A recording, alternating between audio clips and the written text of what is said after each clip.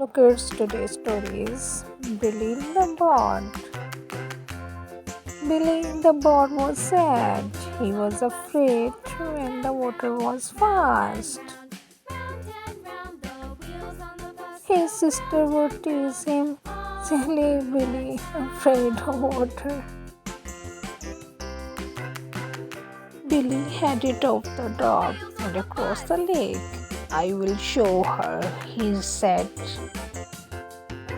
Up ahead was the river. There would be lots of the fast water there. Bomb Tom scraped when his bottom. The water moved too fast for him. Happy Billy saw the end of the river. He pushed hard with his motor to get there. Billy dived out of the river and into calm water. I did it, he cheered. Billy smiled proudly. He was not afraid anymore. Bye bye.